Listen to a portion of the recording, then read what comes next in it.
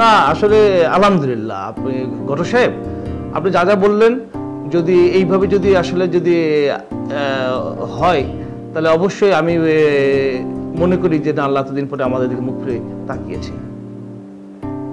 না এটা তো অনেক খুশির খবর ভাইজান। হ্যাঁ আচ্ছা ঠিক আছে, আমি তাহলে কিছুক্ষণ পরে আমি বাসায় একটু আলাপ আলোচনা করে আমি আপনাকে জানাচ্ছি, আমি আপনাকে ফোন দিচ্ছি। ওকে ভাই, আলহামদুলিল্লাহ। ওকে হৃদয়, একটু আসতো বাবা, একটু এদিকে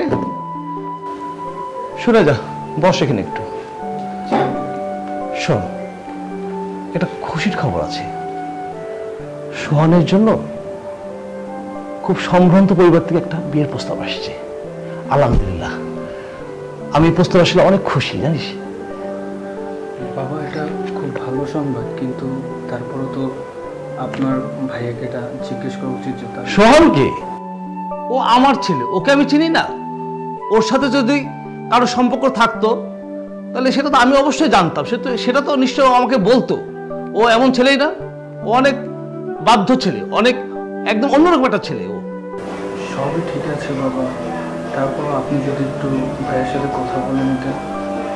তুই এসব কি সব কথা বলতেছিস? যা তো আমার জন্য এক কাপ চা বানাই না, যা। শোন, এইসব আমি তো সোহানকে তো চিনি নাকি, চিনি না?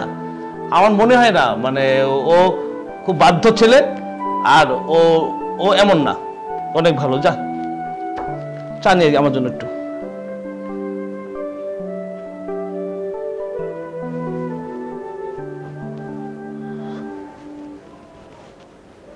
আসসালামু আলাইকুম বাবা। শোন বাবা, তুই আসছিস? হ্যাঁ বাবা, আজকে অফিসে একটু কাজের চাপ কম ছিল তো, আচ্ছা আচ্ছা, তাই আগে বেরিয়ে গেছি। ভালো হয়েছে তুই আসছিস, যে তুই না আসলে আমি তোকে ফোন দিতাম, তোর সাথে আমার জরুরি কথা আছে। বস বাবা। কি কথা বাবা? বস না। শোন, এতদিন পরে আল্লাহ আমাদের দিকে মুখ তুলে তাকিয়েছে। কি হয়েছে বাবা? তোর একটা বিয়ের প্রস্তাব আসছে, অনেক ভালো বংশের ভালো মেয়ে। শোন, তোর ভাগ্যটা আসলে অনেক ভালো।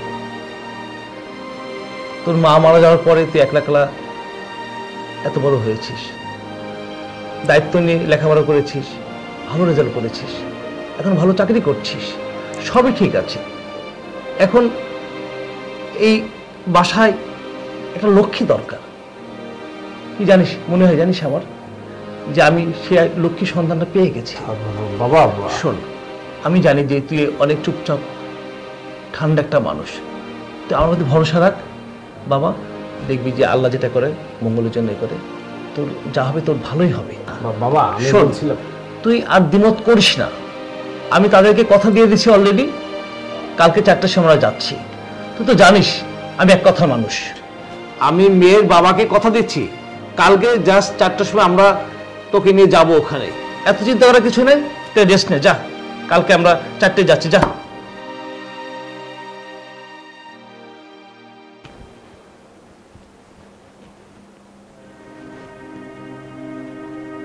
কি রে সোহান?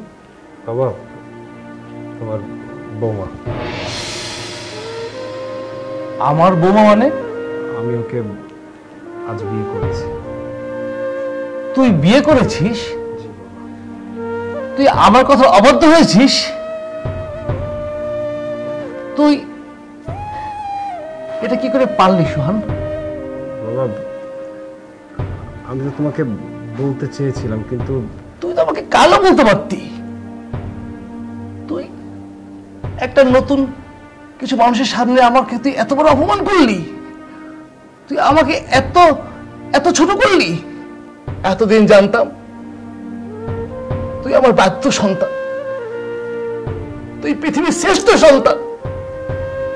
এখন দেখলাম যে না, আমার সম্পূর্ণ ধারণায় ভুল, যে বাবাকে না জানিয়ে ঘরে বিয়ে করে বউ নিয়ে আসে, সে কখনো শ্রেষ্ঠ সন্তান হতে পারে না।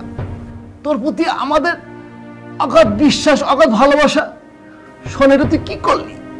আমি তো কাল চেষ্টা করেছিলাম, কিন্তু তুমি তো আমাকে কিছুই বলতে দাওনি বাবা। শোন শোন, তুই আমার চোখের সামনে থেকে তুই চলে যা, চলে যা। আমাকে যদি সুস্থ দেখতে চাস প্লিজ বাবা প্লিজ চলে যা সোহান। বাবা অনেক ভালো মেয়ে বাবা, অনেক অনেক ভালো একটা মেয়ে বাবা। কিন্তু এখন আমি তোর কোনো কথা শুনবো না, তুই যা, চলে যা।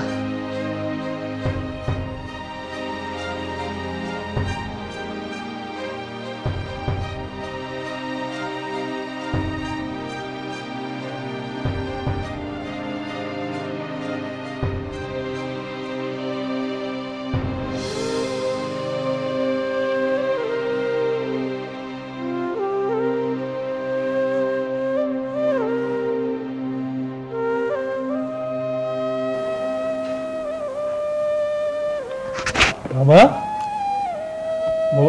কি হয়েছে আপনার? শোন বাবা, তোকে একটা কথা বলি। এখন তুই তো জানিস আলমারিতে যে কয়টা টাকা আছে ওইটা আমাদের শেষ সম্পন্ন। আমি জানি না যে আমার শরীরের অবস্থা খুব একটা ভালো না, জানি না এই টাকা দিয়ে আবার যদি কিছুটা হয়ে যায় চিকিৎসা হবে কিনা। বাবা, আপনি কেন এত টেনশন করতেছেন? আমি আছি তো, আমি আছি না বাবা? টেনশন করবো না বল? আপনি আজকেও ওষুধটা খান নাই বাবা? হৃদয় বাবা, আমার শরীরটা আসলে অনেক খারাপ বাবা। শরীরটা অনেক খারাপ আছে,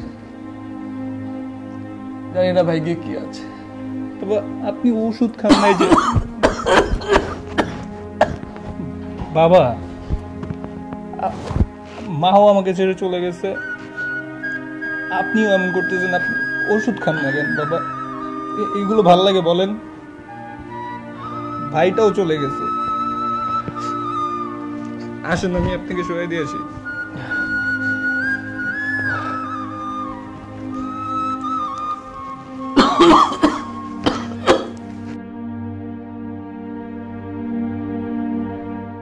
আমি এখন কি করব?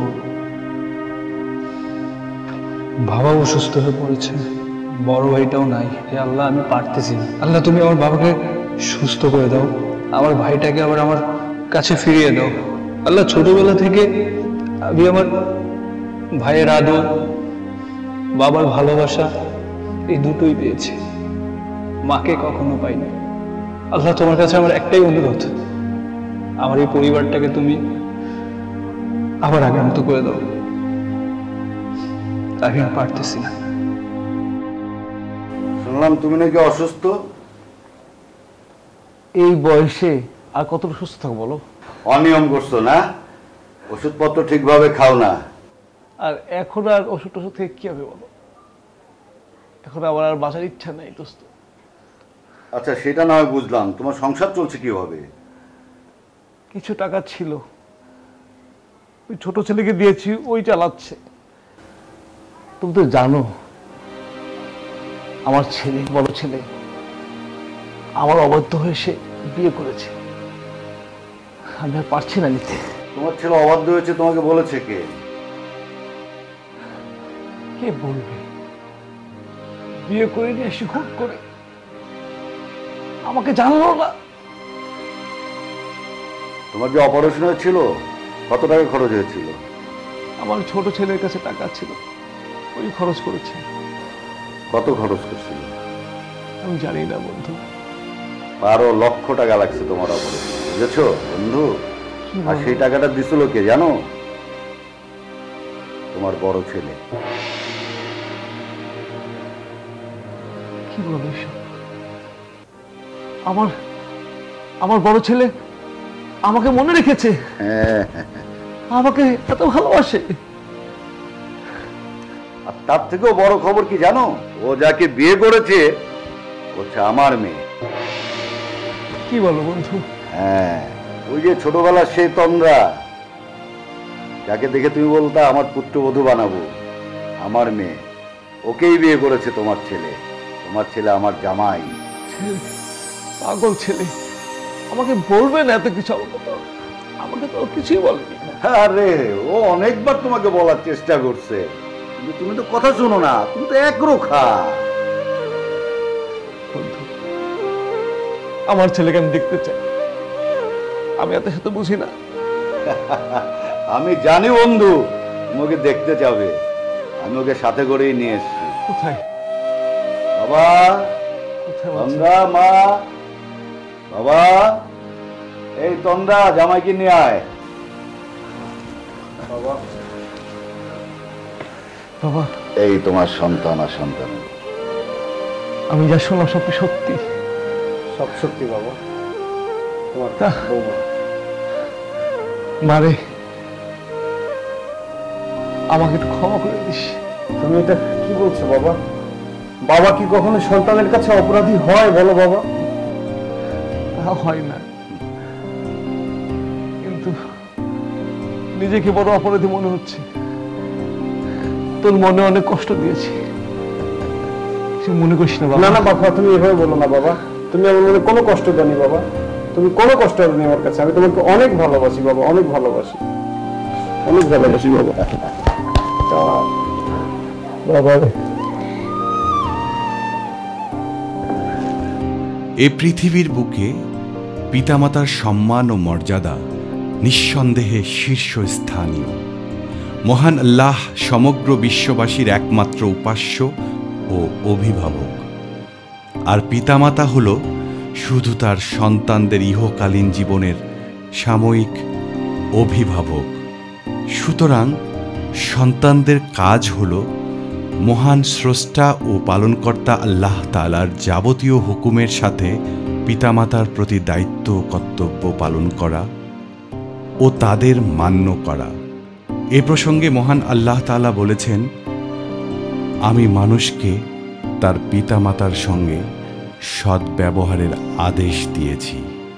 আল্লাহ তাআলা আমাদের সকল পিতামাতার প্রতি দায়িত্ব পালন করার তৌফিক দান করুন। আমিন।